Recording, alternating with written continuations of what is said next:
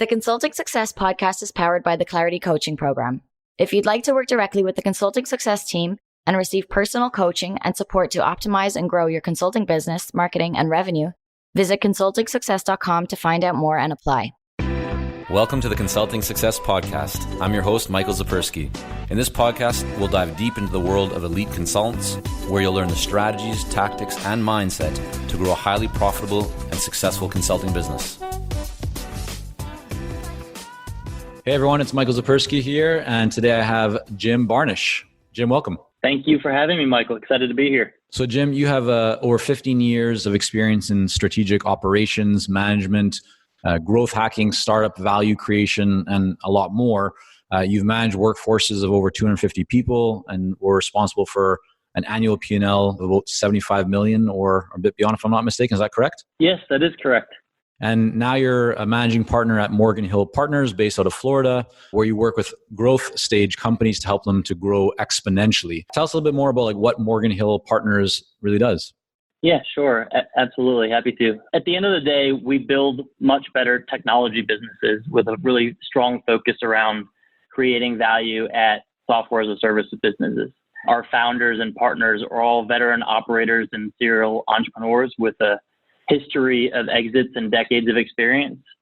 And, luckily what we realized along the way is that there's just a much better way to grow and scale a technology business than you could find in some accelerator or blog post. There's a battle scar element and a level of failure that's represented in the fact that 90% or more of technology companies fail. And so we started a business around taking the simple yet deterministic playbook that we've built around building and scaling technology businesses from about 1 million to 50 million in trailing 12 months revenue, and really taking the drama out of the day-to-day. Typically, we invest some of our fees back into the businesses to help them accelerate growth and to tie our success to theirs. And we're a little over 2 years old. I've had a great start, about 30 people, and it'll look like a lot more by year end. There we go. So we're going to dive a lot deeper into that here in just a few minutes. But before we do that, you actually were the CEO and founder of a startup yourself that was acquired. Tell us a little bit more about that. What was the company that you were running before? And then we'll kind of get into the acquisition. Yeah, sure. So it was a company called Startup Solutions that I had founded really to focus on companies prior to $1 million in revenue that were struggling to raise capital, fill some of the opportunity gaps within the business, and ultimately, weren't realizing some of the goals and objectives that they had set out to do, whether that was raising capital from a venture capital fund or whether that was just more sales and marketing focused initiatives. And the acquisition was really the roll up into Morgan Hill Partners, which is the company that I just mentioned that we're talking about today. What's really interesting is that acquisition kind of came along with a few others at Morgan Hill, and ultimately in mid 2019 we were presented with an opportunity to really start scaling the business by partnering with a few exclusive tech-focused family offices and private equity firms. And since then, the majority of our go-to-market efforts have really focused on providing what we call an operators as a service model or an outsourced operating partner program to both better assess deals pre-investment and to truly maximize value for PE and family office investments during the hold period and maximizing pre-sale. So I want to get much more granular because I think maybe some people might be listening going, this all sounds really good, but it's kind of high level. I don't understand exactly what's going on here. If someone's maybe not as savvy around kind of the startup world. So take us inside Morgan Hill Partners today, because I understand, you started this company, it was acquired by Morgan Hill, so you kind of got rolled up into that and then continue on as a partner or kind of involved in that business. But what are you guys actually doing? Because it sounds like you're part consultant, part advisor, part investor, maybe some other part that I haven't yet figured out. But just explain, what is the actual model? Walk us through an ideal client for you and how do you kind of engage with them and then how do you support them?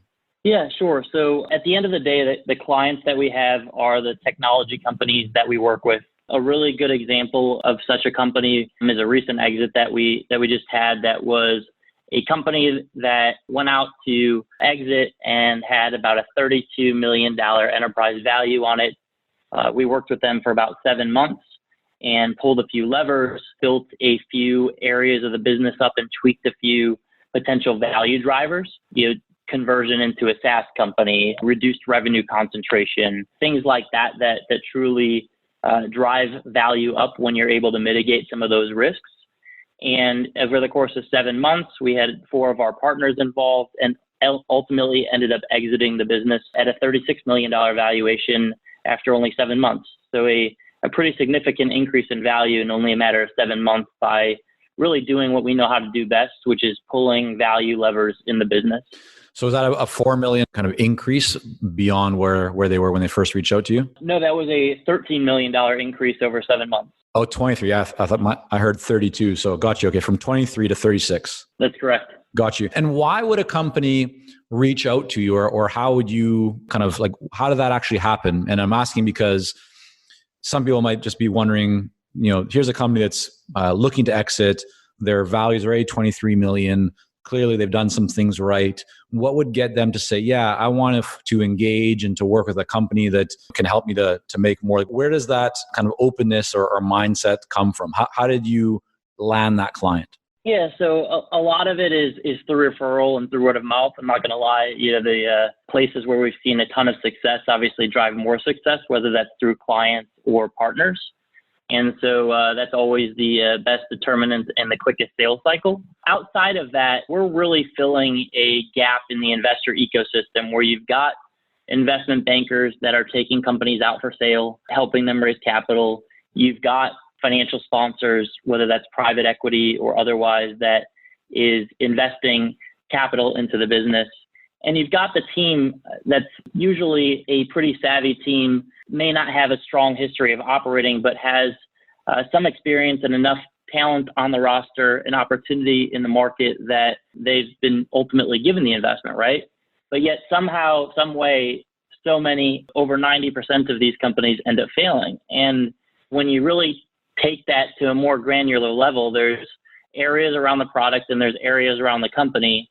And what we try to do is take a very methodical look towards building both, right? There's a development process that a lot of folks know around building a product. Well, it's really not all that different when you're building a company. And if you put the right things in place and you focus on the right areas at the right time with the right people, there's an art and a science behind building a better business. Let's talk about then your kind of approach to fees within the organization. It sounds like your company gets paid a fee to provide the services, which are services to help to create greater value, so kind of like pull those different value levers. But then in addition to that, is there some equity component? Like how are you typically structuring your deals with clients? Because I think there might be some interesting opportunities there for consultants to learn. Yeah, absolutely. I do want to make one point very clear, which is that we're consultants, but we're also operators. And so being in the business executing, whether that's executives or as operators within the model, allows for us to have a little bit more flexibility where we can have a few different value drivers that ultimately help to create the perfect comp structure for whatever the deal is that aligns with both the financial sponsor and the company.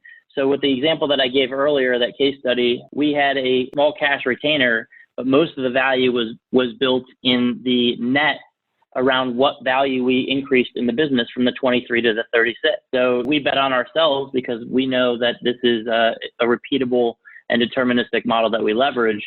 And so that's really where we try to focus, is whether it's in that type of model where it's a percentage of the net or it's a percentage of equity or percentage of sales. We really try to align whatever our goal and performance outcome is with that company and financial sponsor to make sure that it's an easy sale, but also that it's a great exit for everybody. In the 2 years that you've been doing this, have you ever worked with a company where you're getting that kind of smaller retainer and the majority of the compensation is going to be kind of on the equity or upon the exit, but things drag on a lot longer or the exit doesn't kind of work out the way that you had hoped? Yeah, you always have those types of situations, both at Morgan Hill and pre-Morgan Hill. We try to mitigate those as much as we can by leveraging a really focused crawl, walk, run approach, where we do some very light assessments and light engagements to make sure that it's a fit for both parties. Okay. So these are paid assessments that are done before you kind of formalize the retainer and equity performance type of deal? The crawl part is usually an unpaid talent assessment that helps us to determine the coachability and the ultimate fit of that founder within our view of the world. And how do you do that? Is that like with an assessment tool, or is it just certain questions you've developed yourselves? Yeah. It's actually it's an assessment tool that's backed by a ton of scholastic research and founded by a woman who has several PhDs in the space and has ultimately created a 5-minute assessment to build a roadmap around leadership development, employee coaching, team building, and most importantly, coachability. And what's it called? It's called PREP. PREP. PREP. Yep. Cool. Okay. Exactly. Got it. So that's kind of the crawl stage. Is you're going in, you're not charging anything, you're just taking them through this assessment. That then tells you, does this look like someone that we want to work with, values aligned, coachability, all that kind of stuff. And then if that looks good, then what does the next stage look like?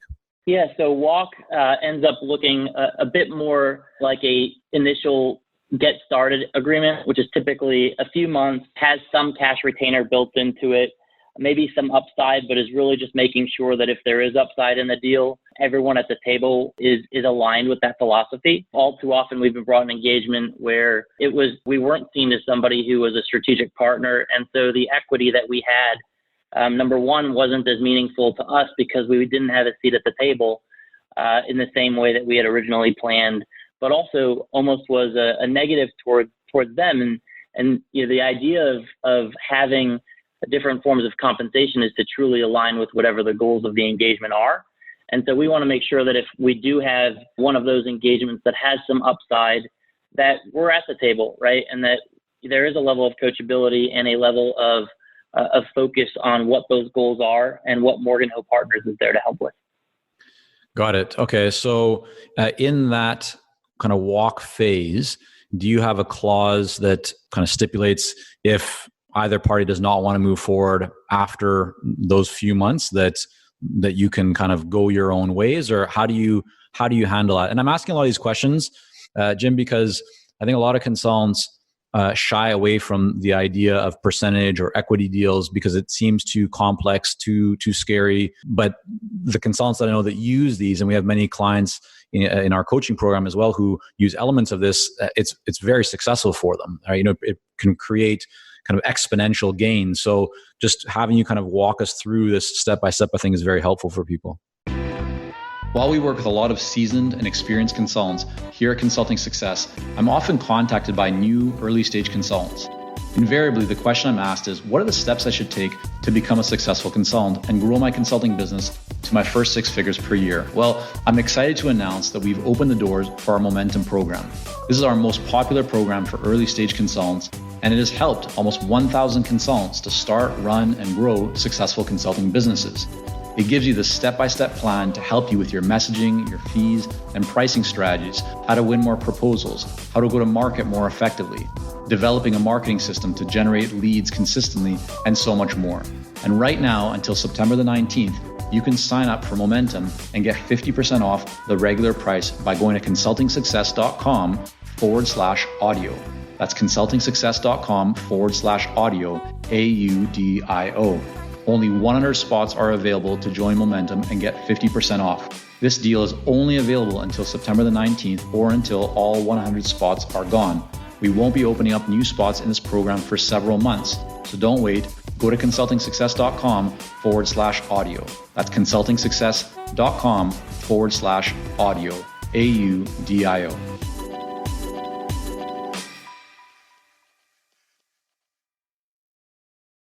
Yeah, sure. I do think that we have the benefit of being in the middle of the financial sponsor and the tech company, where there's, I wouldn't say 2 clients, but definitely 2 major stakeholders that allows for some additional risk mitigation based off of the way that the company has been funded.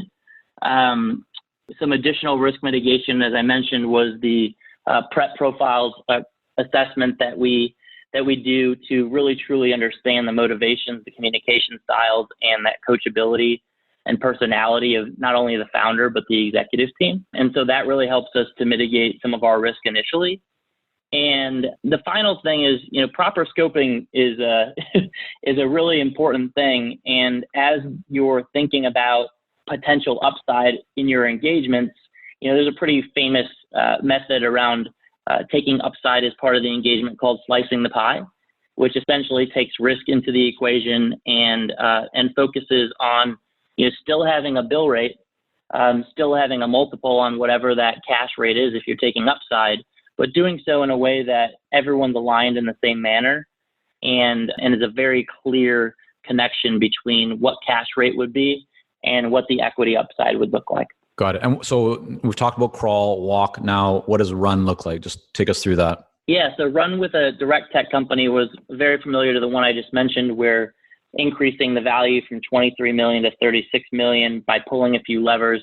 We had 4 different people on the team, one on the technology side, one on the revenue side, one on the strategy side, and then one on the investment side, who was helping to bring some potential capital providers and investment bankers to the table. Ultimately, between those 4 parties, we pulled a number of the 40 plus different types of value that is consistent in true B2B value around organizations, right? From table stakes value all the way up through aspirational value and strategic value.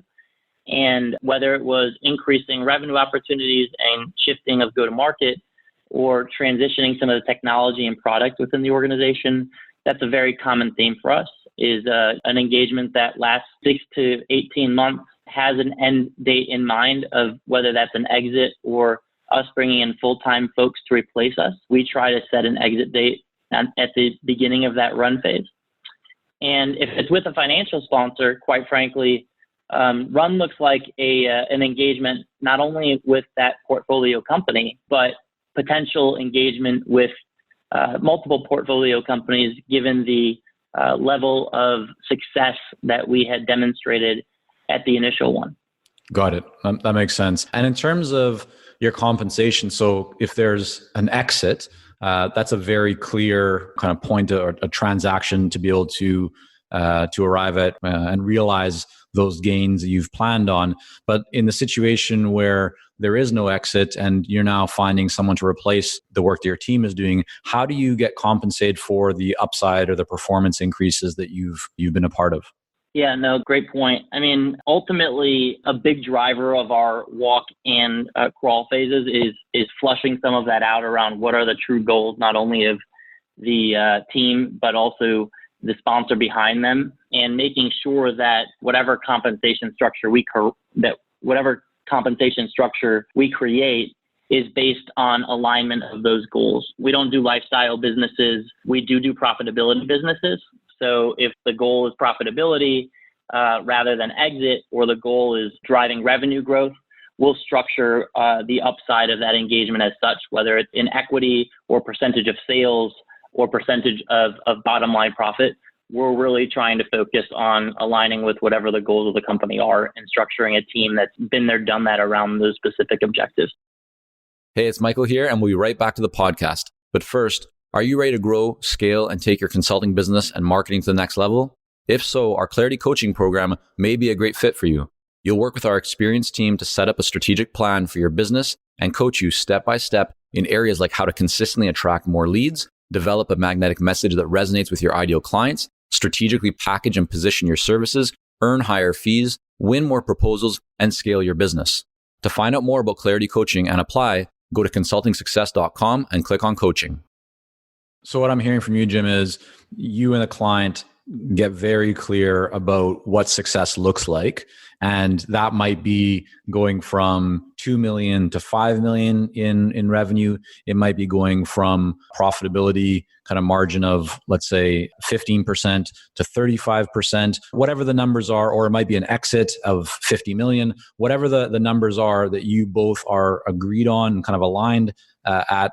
you also then figure out, okay, based on whatever that metric is or whatever that target is, if we achieve this, if we go from 15 to 25, then our compensation, our part of that 10 increase would be this, and you get acceptance and alignment and buy-in from all parties, and so that's then what you use to move forward. Is that accurate? Yep, that's correct.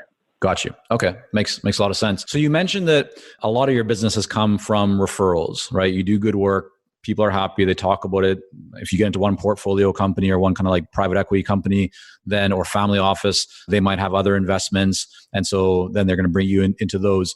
Beyond that, what are you doing right now to generate leads, to generate opportunities, to kind of fill your pipeline? Any advertising, you're obviously on a podcast like this, but aside from that, what are you doing right now for that side of marketing and lead generation? Yeah, no, I think for the first 18 months was very heavy referral. The last 6 was very focused on some business development strategies and marketing plans, which were very much led by events, whether those were in-person events or like this podcast, a remote event. Okay. Tell me a little bit more about the in-person event. Like give us an example of what one of those looked like. Yeah, so we do a lot of events around the financial sponsor marketplace, specifically lower mid-market private equity and family offices. So we work with Association for Corporate Growth, ACG, and AMAA, which is really focused on mergers and acquisitions, to identify the right financial sponsors for us to partner with. And that's really our focus around events within the financial sponsor market. Within the technology world, we still do take on direct deals. And oftentimes those are the deals that we also provide as deal flow to the financial sponsors that we're working with so that they get great deals from us as well. And ultimately those deals are largely driven through some of the content marketing that we do and drip campaigns that connect to that, but also through some more SaaS, software as a service focused technology events, whether that's SAFTR or South by Southwest or others that are largely focused on technology companies and specific to the range of 1 million to 50 million in revenue where we see ourselves create the most value. All right. So I just want to kind of dig a little bit deeper into 2 of those. So you mentioned working backwards here with the technology companies, you might go to a kind of a software as a service type of event or where those types of companies are likely to be. Are you hosting an event within those events, a dinner, or are you just kind of walking the halls and meeting people? Great question. So oftentimes where we began was in attending. Where we then connected to was sponsoring and exhibiting. And ultimately where we're headed is many events within those larger events in many cases, and also hosting our own events where we showcase the deals that we're working that we can provide as great deals to financial sponsors, and also the deals that we're working with financial sponsors that they can then present to later stage financial sponsors and potential exit opportunities. So it's really this virtual loop almost where whether the financial sponsor or us is providing the deal flow, we're passing it back the other way from grade B deals, if you will, that Morgan Hill is working with to grade A+ deals when they're ready for the financial sponsor. And that's really allowed us to have this mutual deal flow sharing with the financial sponsors that we've chosen to work with. Okay. And so then the other one that you mentioned in terms of events is you said you kind of are working with some of these associations like for corporate growth or so forth, and they help you to identify clients for you. And so just walk us through what does that look like? I mean, are you buying a list? Are you sponsoring some content with or some event with that with the association? Like what does that actually look like? Sure. So they're not actually helping us find the individuals. They do provide lists as part of membership, and they do really focus on a data-driven approach towards making sure that you're able to meet the right people if you put the work in on the front end of the event. But ultimately, it's all on us at that point, right? We've got a list to work from. We've got to do our own research around who's the perfect fit for Morgan Hill from a financial sponsor perspective. Mm-hmm. And then we need to make sure that we're reaching out to let them know we're here and to let them know that there's a few exclusive financial sponsors that we're trying to partner up with, and they are one of them.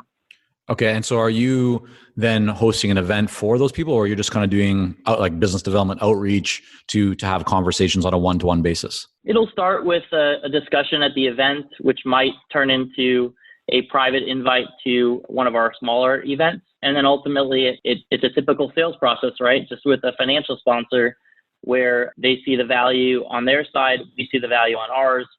We start by sharing deal flow. That then evolves into doing some assessments, very similar to what we do with the technology companies. And then ultimately the engagements that we work with, whether it's a portfolio company or a deal that we are driving towards them that is ready for financial sponsor investment. So Jim, just to break this down, so what I'm hearing is you become part of an association that gives you access to the events that are happening at that association and a membership list. You're then able to use that list to connect with and analyze and then kind of reach out to the people that you really want to have a conversation with. And then when they come to the event or even after the event, you're connecting with them, you're having a conversation, you might invite them to a smaller event that you would host.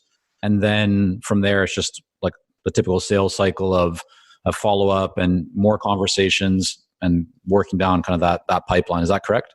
That's correct. Got you. Okay, perfect. Now you mentioned content marketing, that people are also finding you through content marketing. What does that mean to you? What are you guys doing right now from a content perspective?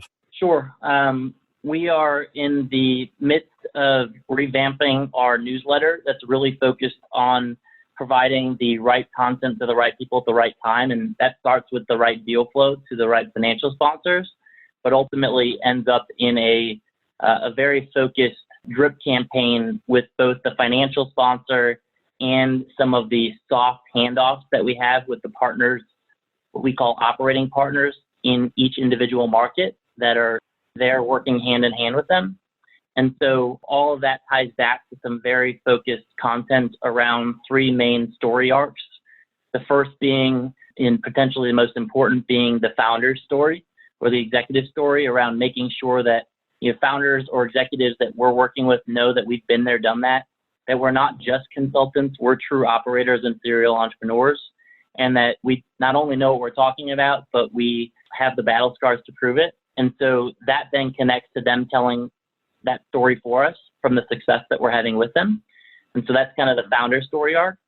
The second would be the financial sponsor story arc, which is really focused on that path to value that I mentioned around creating value within technology companies and what they coined as operational engineering, which is essentially the growth focused mindset that's connected to what they've traditionally done in the PE world, which is financial engineering. And so taking a very top line approach and value driven approach towards increasing enterprise valuation within the business is really what that story connects back to. And then the landscape is changing, whether it's within the PE market or family offices. And so our third story arc is targeting the younger group of investors that is either taking over the family office or is an associate or vice president at a private equity fund. So Jim, let me just jump in for a second here. When you talk about these story arcs, like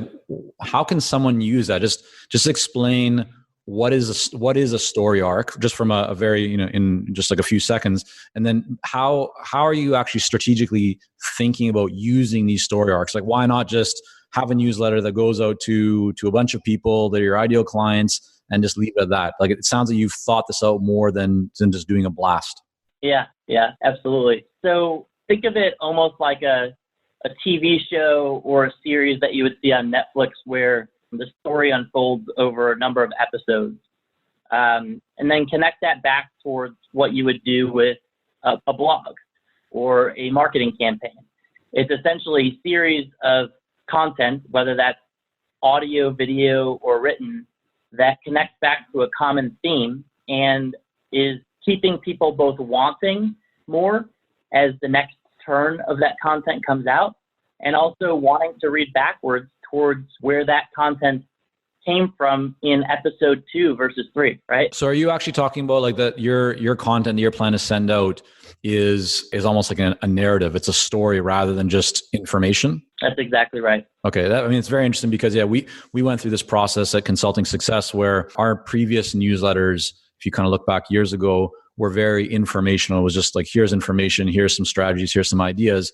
But what we found is that we weren't doing a very good job of telling our story. And for people to really feel like they understand you better, right? Because at the end of the day, it's people doing business together. So we, through working with some mentors and coaches of our own, realized that we just were not doing a very good job of telling our story and kind of communicating through narrative. So we went through this whole thing. So now when people sign up for our consulting blueprint, which they can do from the site in many different places, we kind of take them through a series of narratives and stories where we still give and offer strategies and ideas and principles and best practices that we really hope will add value for people. But beyond that, we've gotten the feedback that's just a lot more interesting that people are looking for. They read one kind of email and then they're looking forward to the next one. So that's kind of like what I'm hearing that you're talking about. Is that correct? That's exactly correct. Yeah, got it. Okay. Yeah, we've just for everyone in terms of just validating what Jim's talking about, we've seen that firsthand and we had to get some help with it because it wasn't our natural way of doing things. I'm very much kind of to the point and not always telling the stories or telling stories in the most effective way. So we got some help with that, but we've gotten very good feedback as a result of it. So that sounds fantastic. I have another question here for you, Jim. You've now been Morgan Hill Partners 2 years or so in, you built up to 30 people, clearly having some success from exits and other things going on. What's one of the challenges that you and your team have faced as you've been building this business? What kind of stands out as either maybe it's even a current challenge that you're having right now or a challenge that in the first 2 years was a tough one that really kind of held you guys back in some way and now you've overcome it? Yeah, sure. So I'll go ahead and connect that into a couple things. So from a hard times perspective, the pictures they paint of a day in the life of a startup founder are often much more glamorous than they actually are. And the TV shows about entrepreneurs don't really glamorize the 4 a.m. nights or the struggles between co-founders or the stress it takes from a financial and personal perspective. And so, of course, I thought of giving up. We all have at times, but fundamentally when people decide to start their own company, they do it because they believe the sacrifice is going to be worth it in the end, whether it's a consulting company or a tech company or otherwise. And yes, there's some really long days and nights, but the drive to continue is knowing that we're in the midst of building something great, something with a lasting impact. Just do one more thing is the mindset that kind of gets you through those days because those efforts add up over time. And it's incredible to see the progress when you look back at where you are from where you were mere months ago. Definitely. Yeah, I agree 100%. I had a conversation with one of our coaching clients recently who was saying, I'm having some trouble with prospecting and doing my outreach consistently. Like I know I need to be doing it, but I'm just not getting it done the way that I should. And on that call, we were with a few coaching clients and just really, hit on, listen, like get clear on why you're doing this. Not everyone's going to enjoy doing prospecting. Not everyone's going to enjoy doing follow-up. Oftentimes that stuff's uncomfortable. It's unknown. You're venturing to new territory, but ask yourself, like, why are you doing it, right? You left the corporate world for a reason. You wanted to likely create more freedom, maybe more income, more impact, but there's a real reason. And it's maybe not just you, maybe it's for your family, right? For your kids, for your spouse, for the community. Get clear on why you're doing what you're doing. What's the real kind of driver behind that? And that will help you to, when next time you face that feeling of like, I don't really want to do this, then think about why you really want to do it. What's the outcome, that end destination and goal? And that'll often help to motivate you and encourage you to take that step. And once you take the step, it becomes a lot easier. You're absolutely right. And it's a great feeling when you look back compared to where you are today and see the success. It's also a really hard thing to do. And with us, the incredible talent that we've brought on board is really what's propelling us forward. And it's truly a pleasure to be a part of such an incredible team. But when you look back prior to some of those hiring decisions, prior to some of those hiring tenets that you set in place, you really have to think about the collective culture and elements of the team that you're building from, right? For us, it's that each hire should raise the collective IQ and EQ of the room. That's a big tenet of ours. Others have other things that are equally as important for them. And that's a really important thing to think about as you're building a team. Definitely. So Jim, I want to thank you for coming on, sharing some of your journey and experiences with us. I want to also make sure that people can learn more about you and your work and just see what you all have going on. So where's the best place for them to go? Best place to go is morganhillpartners.com or to follow me at LinkedIn and Jim Barnish. Perfect. We're going to have all that linked up in the show notes. Again, Jim, thanks so much for coming on. Yeah. Thank you, Michael. Thank you for joining us on this episode of the Consulting Success Podcast. For more episodes and to subscribe, rate, and leave a review, head on over to iTunes. And if you'd like to develop consistent lead flow and a highly profitable consulting business, learn more about our coaching programs at consultingsuccess.com.